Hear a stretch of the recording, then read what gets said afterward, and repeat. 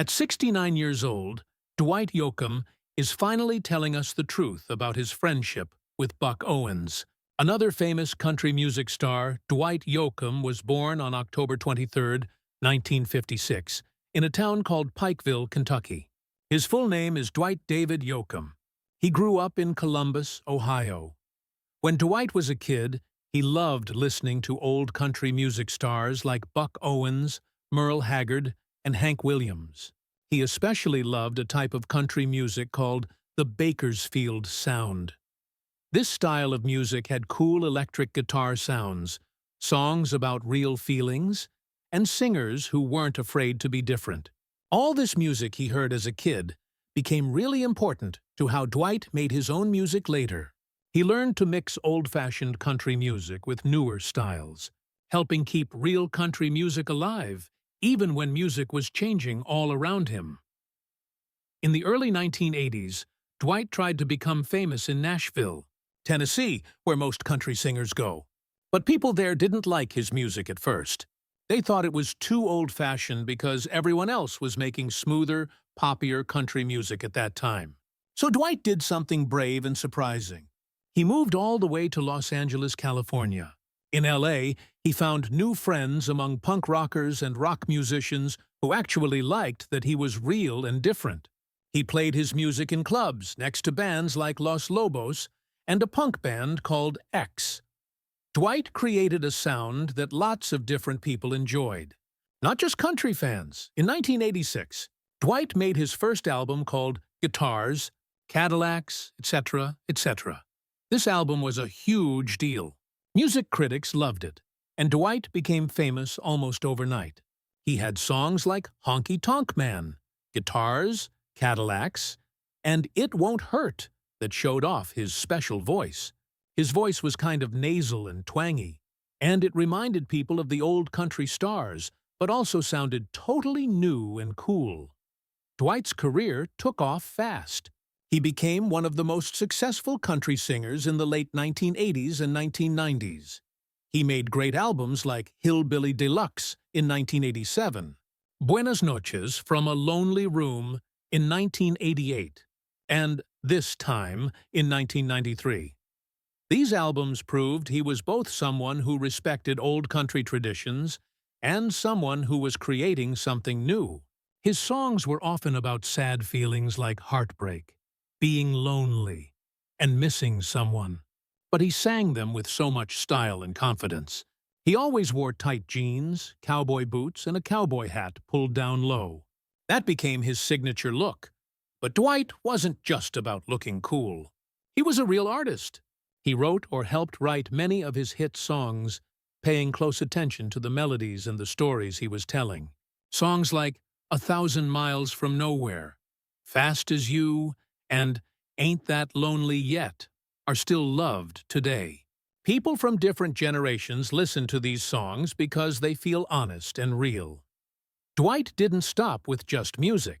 He also became a really good actor. He brought the same realness and emotion to movies that he brought to his music. His first movie role was in Sling Blade in 1996. He played a scary character named Doyle Hargraves, and he did such a good job that both critics and regular moviegoers were impressed. After that, he acted in other movies like Panic Room, Crank, Logan Lucky, and The Newton Boys. He showed he could play lots of different types of characters, which surprised people who only knew him as a country singer. Dwight's acting added another part to who he was as an artist. He wasn't just a performer on stage. He was someone who could tell stories in many different ways, whether through singing or acting in movies. Throughout his long career, Dwight has won multiple Grammy Awards, had many #1 songs, and earned respect from other musicians and fans. But even with all these awards and success, he's always stayed humble and focused on his love for music and where it came from. He's always said that artists like Buck Owens and Merle Haggard taught him how to think about music. When he worked with Buck Owens, especially on their hit song Streets of Bakersfield, it was like the older generation was passing down their wisdom to the new generation. Dwight's ability to bring back and update the Bakersfield sound didn't just help people remember Buck Owens, it also introduced young people to pure, honest country music. When Dwight performs live in concerts, his energy is incredible. His shows mix exciting musicianship with emotional feelings, creating an atmosphere that feels both nostalgic, like remembering the past, and exciting. Whether he's playing in small clubs or in front of thousands of people at big festivals, he owns the stage with charisma and passion. His voice carries all his life experiences and the joy he feels when making music. For many fans, watching Dwight perform isn't just entertainment. It's like going on a journey through all the ups and downs of life, told by someone who has actually lived everything he sings about. In 1992, Dwight Yoakam, who was already famous and respected in country music, started dating Sharon Stone, a beautiful and famous Hollywood actress. At that time, Sharon was one of the most talked-about stars in Hollywood. Their relationship immediately became big news in the entertainment world and among fans. People found it so interesting because the country singer from Kentucky and the elegant, Oscar-nominated movie star seemed like such an unusual couple. Dwight and Sharon went to the Academy Awards ceremony together that year, and everyone was watching them on the red carpet. Their chemistry made reporters and photographers pay lots of attention, taking pictures of every look and smile they shared. Gossip magazines loved writing about them, making up stories about how the country star and the glamorous movie star were connecting the worlds of Nashville and Hollywood. Pretty soon, rumors started spreading that Dwight's album, This Time, which came out later and was one of his most thoughtful albums, had songs inspired by Sharon, or the feelings from their short romance. But Dwight said those rumors weren't true. He explained that while he liked and respected Sharon and valued the time they spent together, their relationship only lasted about 5 weeks and didn't influence his songwriting the way newspapers said it did. Still, all the gossip made him seem even more mysterious, making people see him as both a tough country singer and a romantic mystery caught between fame and staying real. In 1994, 2 years after his relationship with Sharon ended, Dwight met Karen Duffy at a fun Hollywood party. Karen was a personality on MTV, the music video channel. She was known for being smart, funny, and charming on TV. She and Dwight quickly connected because they both had unusual senses of humor and creative spirits. They started dating soon after meeting, and their relationship became another thing fans and the media were curious about. Unlike his quick romance with Sharon, Dwight's relationship with Karen lasted longer, about 2 years, and seemed like they were more compatible. Both of them were focused on their artistic careers and were interested in how film, music, and pop culture connected. People often saw them at events together, with Dwight's classic cowboy style looking different but somehow working well with Karen's city girl sophistication. However, by 1996, they broke up. Neither of them talked publicly about why they split up, but news reports suggested that their busy work schedules and different career paths were the reason. Even after they broke up, they both spoke respectfully about each other, and fans often remember that time as one of the happier and more stable periods in Dwight's public life. Many years later, after spending decades focused on his music and acting career, Dwight found lasting love with Emily Joyce. Emily is a professional photographer who had been his partner for over 10 years before they got married. The couple got married on May 4, 2020, in a quiet, private ceremony in Santa Monica, California. Their wedding happened during the COVID-19 pandemic when the whole world was dealing with the virus and gatherings were strictly limited, so only 10 close friends and family members could attend, and everyone had to follow social distancing rules. Even though the wedding was small, it was filled with warmth, sincerity, and deep love. This reflected the steady and mature relationship Dwight and Emily shared. For Dwight, who had spent most of his adult life in the public eye with everyone, watching him, the simple, quiet nature of the ceremony was refreshing. It showed he was returning to privacy and simplicity. Later that same year, on August 16, 2020, Dwight and Emily had their first child together. This was a joyful milestone and a new chapter in the legendary performer's life. Dwight became a father in his 60s, which is pretty late in life. He expressed deep gratitude for the experience and often said it was one of the most meaningful things that ever happened to him. Their son brought new inspiration and peace to Dwight's life, grounding him after decades of constantly touring, recording, and performing. The quiet, happy home life he found with Emily Joyce was so different from his earlier, more public romances. It was a beautiful ending, worthy of a man whose life had been filled with passion, art, and always searching for connection. For many years, country music fans have wondered about the real story behind Dwight Yoakam's complicated relationship with Buck Owens. Buck was the legendary singer who helped create the Bakersfield sound. Their friendship was a mix of mentorship, like a teacher-student relationship, rivalry, admiration, and occasional tension. Country music historians have been fascinated by their relationship for a long time. Now, at age 69, Dwight is finally opening up about his experiences with Buck in a way that feels both raw and thoughtful.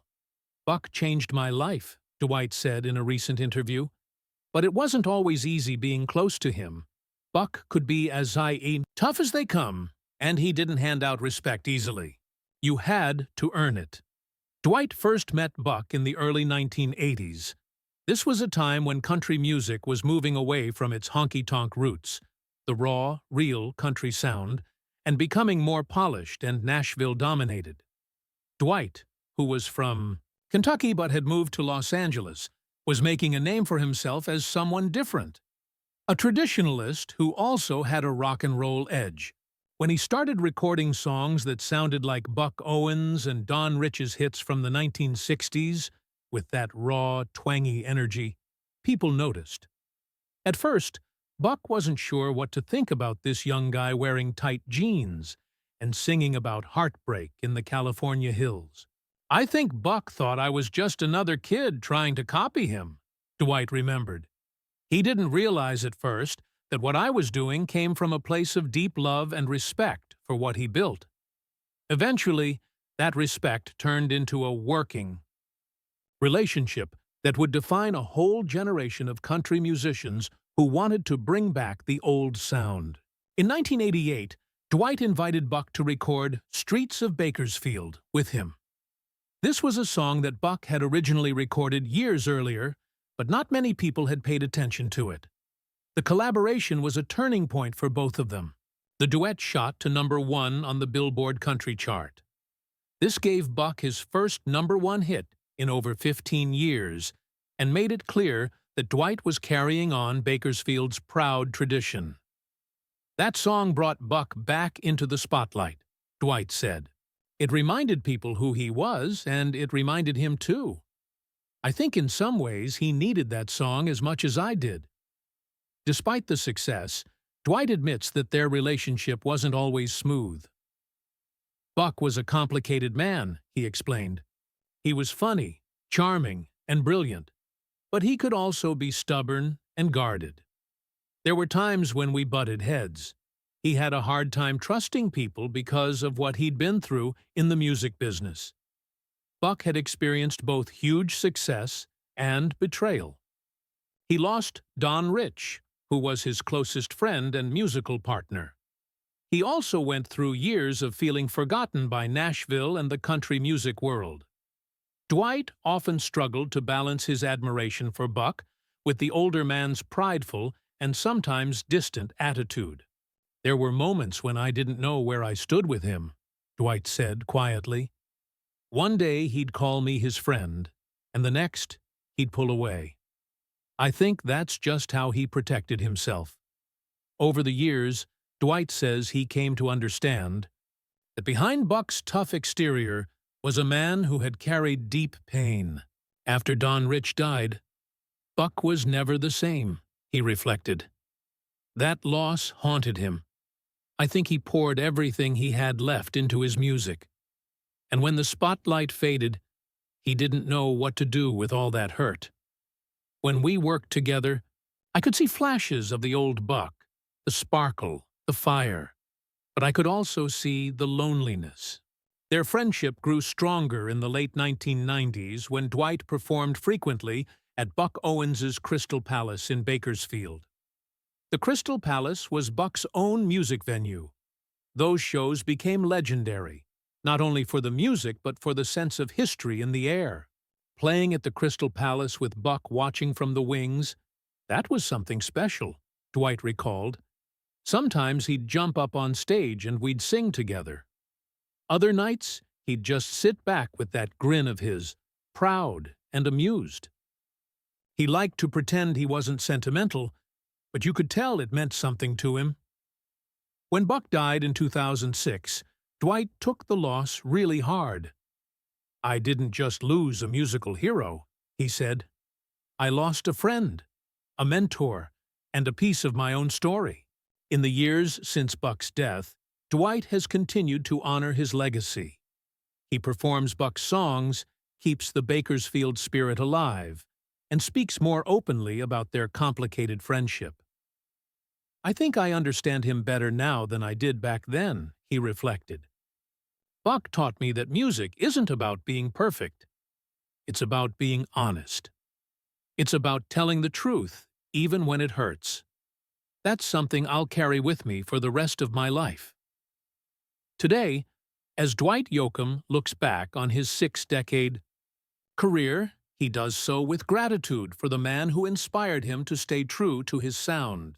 "Buck Owens showed me that it's okay to stand apart," he said. "He proved that you don't have to be from Nashville to be country. You just have to be real." With those words, Dwight finally shared the truth about the man who shaped not just his music, but his soul. A truth full of respect, complexity, and lasting love for one of country music's most iconic legends.